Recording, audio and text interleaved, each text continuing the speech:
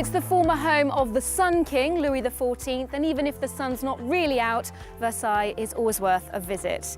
It's one of France's most popular tourist destinations. Over 6 million people flock here every year. They come for the opulent apartments, the sumptuous gardens, and of course the historical significance of the site. But in addition to all of that, every summer the castle puts on a cultural programme that's fit for a king.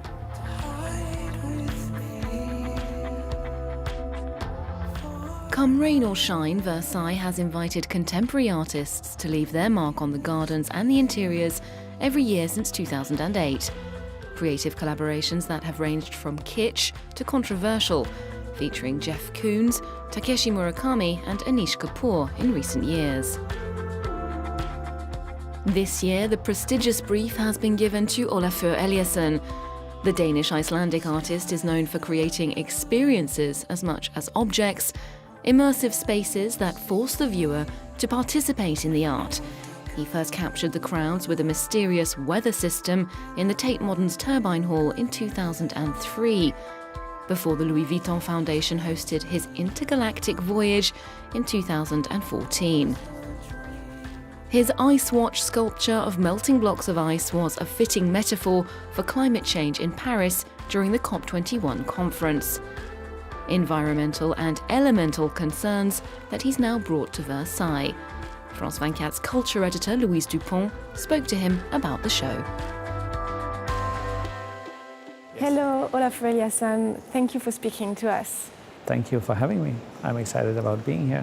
Do you remember the first time you came here in Versailles? I came once as a student, which is a long time ago. But then I came in the late fall when I had received this exciting invitation to make an exhibition here. And it was beautiful because there was no leaves on the trees. It was very quiet, very atmospheric. I came early in the morning and I walked around all by myself. So it was lovely. Obviously, Versailles is a very prestigious place with such a long history. Did you feel a bit nervous about showing your work here? Well, I'm always nervous, to be honest, out showing my work anywhere, really. I had an exhibition in a kindergarten not so long time ago. That was I made really nervous for that. So this is actually okay. Now it's exciting because Versailles, of course, have had several exhibitions already. So I'm very excited about being in this program and so on. And they have worked with difficult people like myself before. So I wasn't too worried, to be honest. Last year, Anish Kapoor had to face violent criticism about his work shown here. Was this controversy in your mind when you worked on your project here? No, I of course looked into it, and if you think about culture and throughout history, there has been controversies very often actually, and this is what culture does, right? Culture is really also about challenging people. So I think imagine if we had a cultural sector, not just in France, but everywhere, where there would be no controversies. It would be so boring. So I wasn't worried at all. I focused on making the best possible exhibition, and I did not change anything because of what Anish had to live through. Inside the chateau, you're playing with light and reflections. Why do you like light so much? Well, I use light quite often because I'm interested in the fact that everybody knows what it is, but nobody can really tell where it is.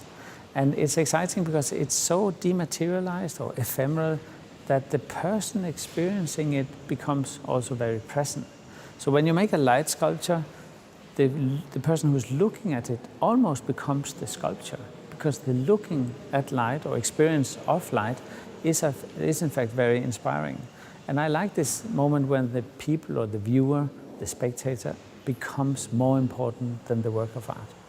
We often find natural elements in your art. Here in Versailles, you've installed the tallest fountain in Europe, but you've also worked with the riverbed, with the sun. Why is nature such an inspiration for you?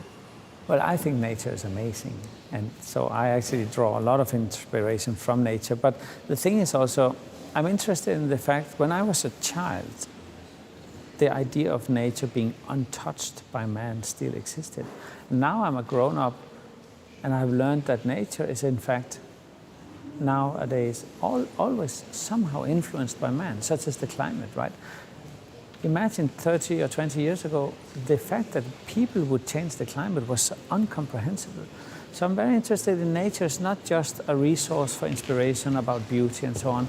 It's actually also about the state of the world today. So nature is a good topic when you want to address questions of how do we people live in the world and how is nature reacting to that. And then your art is very topical. It echoes the issues that makes the news, the headlines today. Do you think art is political? Is your art political? Well, I think art fundamentally is political. Some art is more specific and explicitly political, and some art is more abstract and gradually more political over time, maybe.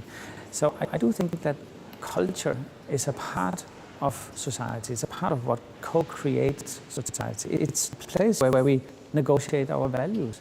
What is my values, I ask myself. And that will always be a political question too. So I think art is like a voice, a vibrant voice in a dialogue which shapes our reality. And in that way, I think it's political. I'm not so interested in political art per se myself, even though I think it's important that this exists too. But do you hope your art will change things? Changes things. Just as Versailles changed a lot, of course, for the better and the worse. But quite frankly, I think art is not like something that which stands outside of the world and then pushes the world to change it. Art is really inside of the world, being a participant in almost like in a forum, the forum of reality, and doing so, it will always change the world. Even a small little drawing is a small little change to the world. Thank you so much, Olafur Eliasson. Thank you.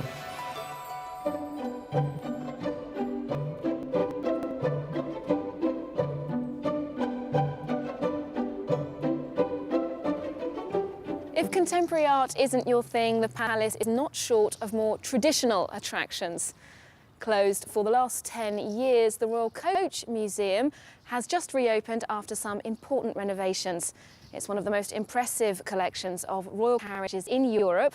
Each specimen gives us an insight into French history and the technology of the time. Once vehicles of pomp and ceremony, now tucked away in the stables of the Château de Versailles, these royal chariots were created for coronations, weddings and funerals by the best artisans in the kingdom. The carriages showcase some important technical innovations, still used in car manufacturing today. The crown jewel of the collection is this carriage made for the coronation of Charles X in 1825.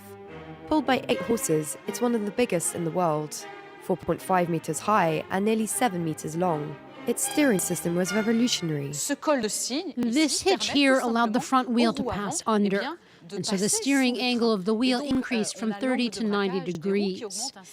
This is a significant innovation that we find still today in cars. The second big progress was in suspension. Here we have large springs, which ensure the comfort and flexibility of the car. With its velvet seats and gold embroidery, the carriage was a moving throne, a symbol of power designed to impress. Even children had their own. This cart belonged to the Dauphin, the oldest son of Louis XVI and Marie Antoinette. These weren't just toys. These mini carriages taught the future king how to live the high life and how to drive a carriage, albeit with goats or dogs rather than horses. There are lots of stories of a young Louis XIV chasing ducks around in a mini carriage pulled by dogs. Less joyously, this hearse was built for the funeral of Louis XVIII in 1824. Unusually, this royal cart would later be used by some less kingly occupants for the funerals of 2 French presidents, Sadi Carnot and Félix Faure. A republican end for this most regal mode of transport.